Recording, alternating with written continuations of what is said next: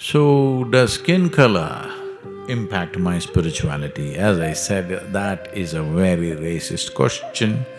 The idea is to be always conscious that your physical self is just an outcrop of the land that you walk upon. Your mind is. So the important thing is your body and your mind should not become an impediment.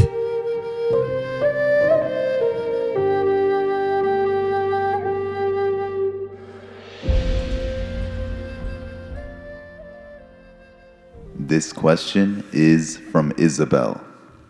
Sadhguru, I heard you speaking about the impact of wearing clothes with different colors.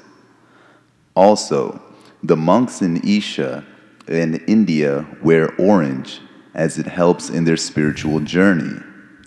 I want to ask a question if wearing certain colors can impact our spiritual growth. What is the impact of the color of the skin on our spiritual journey? This is a racist question.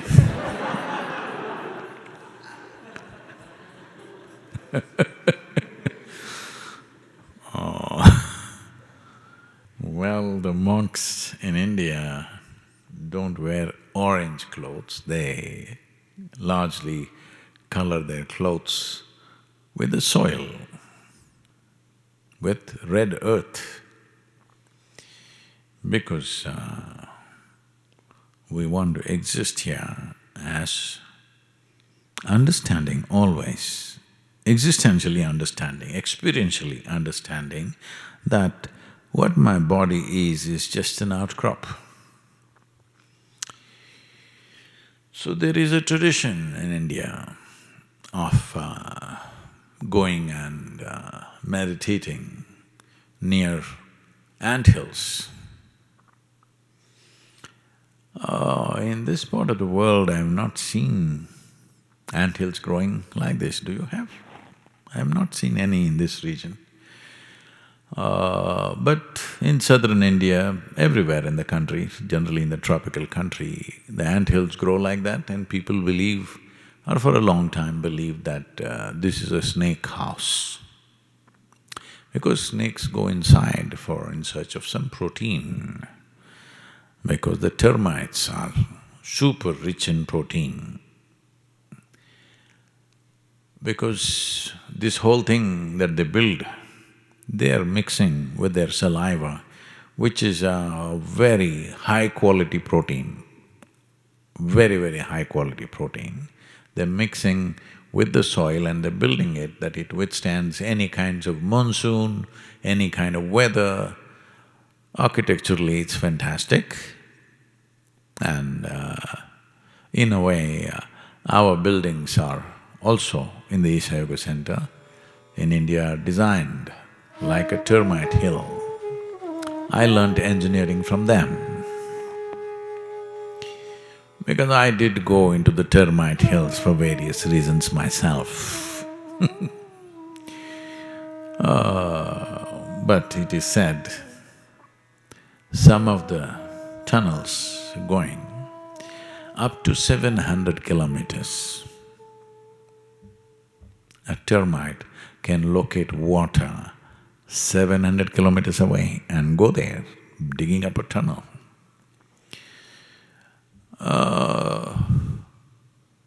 A lot of people who don't have any water divining capabilities have this tendency to believe where there is a termite hill, there will be water, and they dig wells near a termite hill, but it could be 700 kilometers away. It's happened to quite a few people that they did not find any water. Sometimes it is true. So, the idea is to be always conscious that your physical self is just an outcrop of the land that you walk upon. That's not of great significance. Keeping it well is important. Keeping it well is important not to flaunt to other people, but keeping it well is important so that it doesn't come in your way. It doesn't come in your way means, if your body becomes troublesome because of, let's say, some health issue, then 100% of your attention will be only on that body. Taking care of the body will be 100% of your time and life. So keeping the body in such a way, if you sit here, you're not even aware that it's here. Otherwise, the various compulsive cycles in the body will keep you busy all the time. You should have seen the initial arguments when I came to this country and I said, the sessions are 3 hours long. They said, no way, our bladder capacity is only 1.5 hours. We need a break, otherwise we can't do it. Well, after the second day, nobody asked for a break, that's a different matter. But first day when they come, they say, no, this looks tyrannical, 3 hours, no toilet. Why did they build so many if we cannot go and use it? Toilets are not built for you to use it by choice. When the body's compulsions demand, we use it. But when the compulsive cycles are too short, then this keeps you busy all the time. Eating, toilet, relieving yourself endlessly, this will keep you busy. But once a certain ailment or pain or something manifests in the body, it will keep you 100% busy. So keeping it well is not about showing it off to somebody, how my body is. Keeping it well is, it's not in your way, it's not an impediment, it's a platform upon which you can stand. The same goes for the mental structure, and mental structures, which I know many people will start an argument on this, but your mental structure and your physical structures are very connected. If you keep your physical structure and the cycles in the body at a certain level of stability, psychological stability is a kind of a consequence. Well, people will argue because they think mind is a separate world by itself. Yes, their mind is because it's a separate mind, it's a separate world, it's not here. But your brain is also body, isn't it? And today if you have psychological problems, you don't inject something into your head, you put a pill in your stomach and it works. So obviously, physiological stability, the chemical stability in the body is vital for how your mind is. So the important thing is your body and your mind should not become an impediment. Especially for one who is focused on something beyond that, he doesn't want his body to come in the way. So sannyasis are wearing clothes which are washed in soil because the best way to make the body stable is to be connected to the earth. Today, various quasi-sciences are coming up and they say people are sleeping with a copper wire attached to their big toe and earth it in the ground and all kinds of things.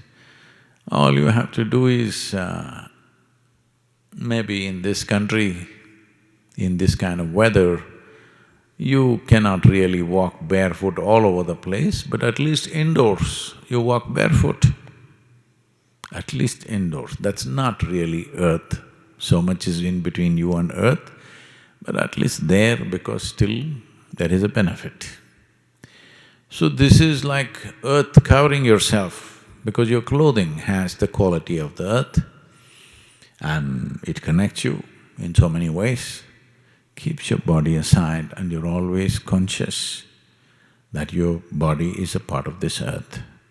So even when death comes, you don't have a great amount of struggle because anyway it was a part of this always.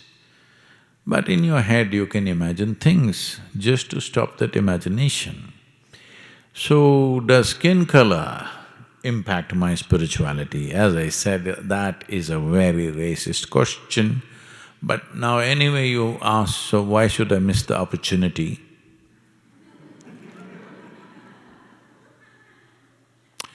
This is the best skin color. If you want to be spiritual, you must burn yourself to this, otherwise you're not going to make it. So based on skin color, will you get there or not? It's like this. I was, the other day, 2 days ago, I was driving out near Fall Creek Fall, and two guys, little soaked up in mud, and they suddenly came out of the forest. They had parked their truck somewhere close by, and they came towards the truck.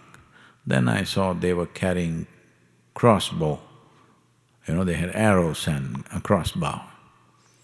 So they're hunters.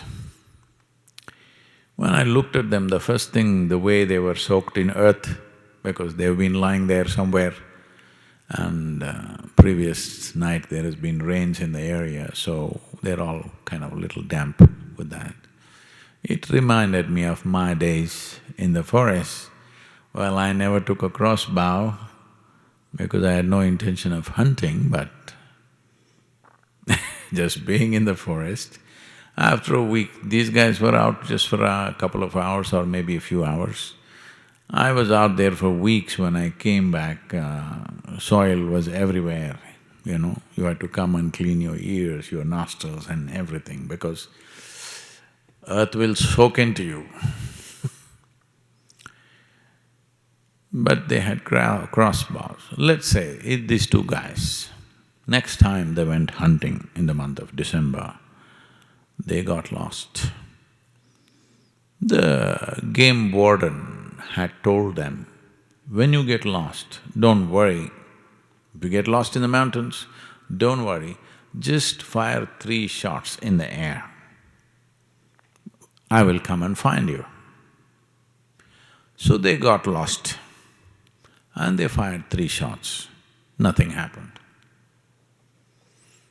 They left another 15 minutes, fired 3 more, nothing happened. Another 15 minutes, they fired 3 more, nothing happened. Then they got desperate. Then one guy said, I have only 3 arrows left.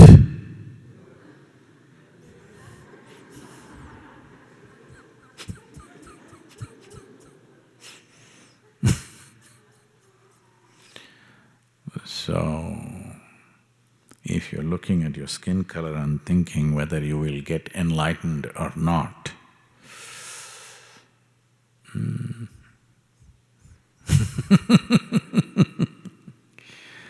well, you're really not even going skin deep, This is the color of the skin is not even skin deep, It's too much surface. Don't stay there. You need to get a little deeper than that. So